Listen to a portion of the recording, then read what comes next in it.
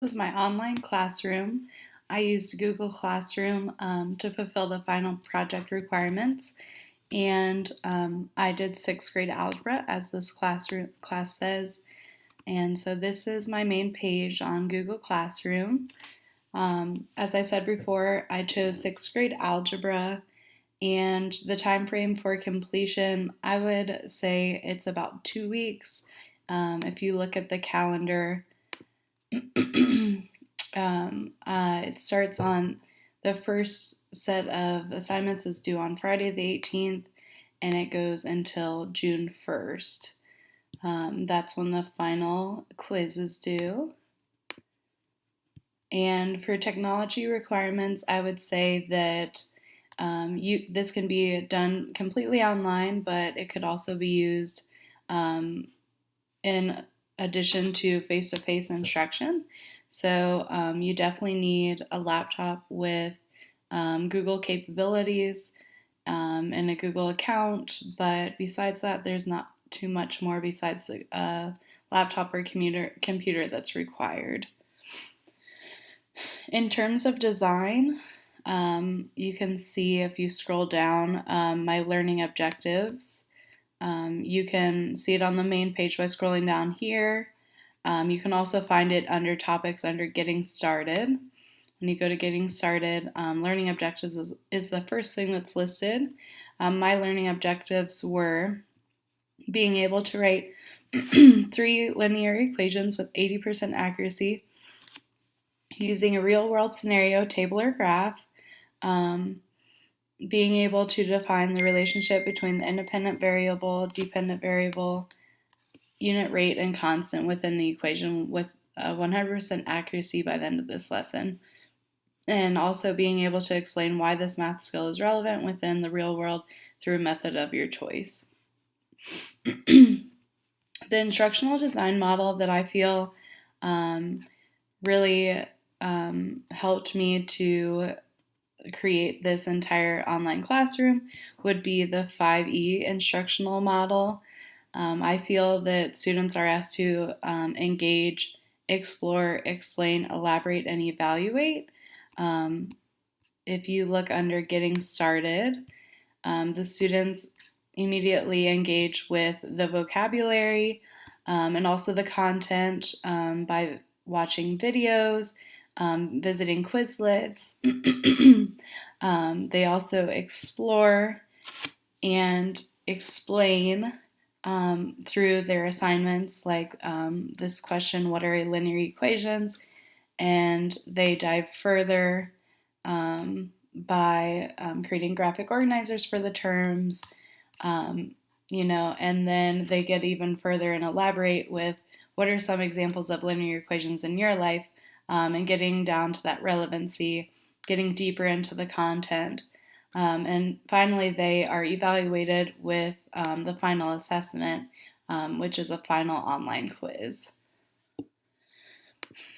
The prerequisite skills and the knowledge that I think is really important to establish is the vocabulary. So that's why under the Getting Started tab, one of the very first things that they do is look into the vocabulary. And it's the second assignment that they have is creating a graphic organizer to engage in that with that vocabulary. In regards to activities, the learners do a few things. So if we go back to the main page, the first content assignment that they have is answering the question, what are linear equations? So they watch a video from Khan Academy in addition to viewing the vocabulary before this, and then they answer the question, what are linear equations? This is similar to a discussion post in Canvas, and for this assignment, they're just writing 1 to 2 sentences, sharing with each other and the teacher. Another assignment that they have is fulfilling or completing a graphic organizer for each new term that they have. Further down, they have one of the bigger assignments is answering the question about the relevancy of the content And they have a few different options on how to complete that discussion post, discussing with me, video, or other creative ways. So I try to give them some choice in that. In addition to that, we also have another discussion post about linear equations. And this time I asked them to define the relationship between some very important vocab terms: independent variable, dependent variable, unit rate, and constant. And then further down we have review, which isn't really an assignment, but it's just good for them to have prior to the final quiz. And then finally they have the final quiz. So they really engaged with the content through watching videos. As you can see here, I use Khan Academy videos to support their learning, in addition to discussion blogs and graphic organizers. So I think that the learning objectives fit under Bloom's original taxonomy, and the vocabulary assignments really fit under knowledge and comprehension. And when the students define the relevancy of the content, they are getting deeper into learning with application and analysis. And for assessment, I use both formative and summative assessment. So under topics, final assessment. This is my summative assessment, the final quiz for linear equations. So if you click on this, I made a Google form, so the students will answer the questions in there and it will be sent to me.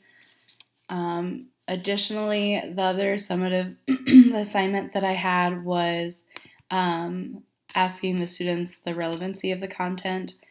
This is one of the bigger assignments, and it's a summative assessment. And then the rest of the assignments are formative. So there is a discussion post about defining the relationship, as I said before, between a few important vocabulary terms. The very first assignment that they have is what are linear equations? Answering that question. That is a formative assessment. And learning the new vocabulary by filling out graphic organizers is also a formative assessment. All of the assessments are clearly linked to the learning objectives. Going back here under getting started, the objectives are writing linear equations, defining the relationship, and explaining why the math skill is relevant. So the students are proving that they are able to write linear equations through the final assessment. They define the relationship between the important vocabulary terms during their one discussion post, and they explain why this math skill is relevant through one of the summative assignments in which they have choice on how to prove that. And as you can see, I have various types of assessments. I tried to incorporate as much choice as possible.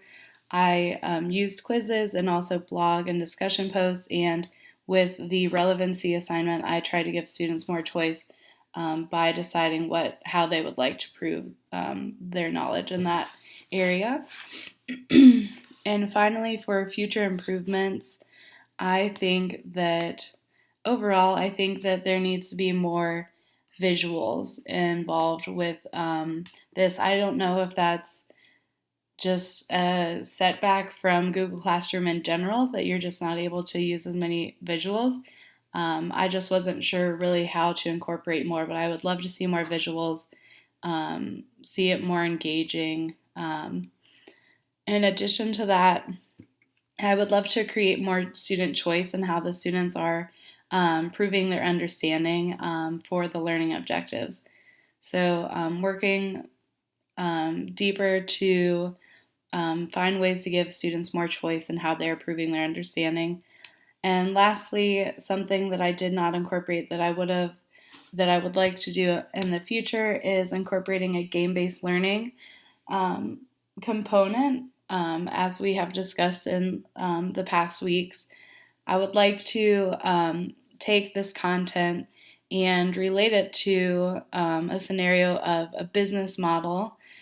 Since we're talking about linear equations, we can talk about a business and how well they're selling certain products.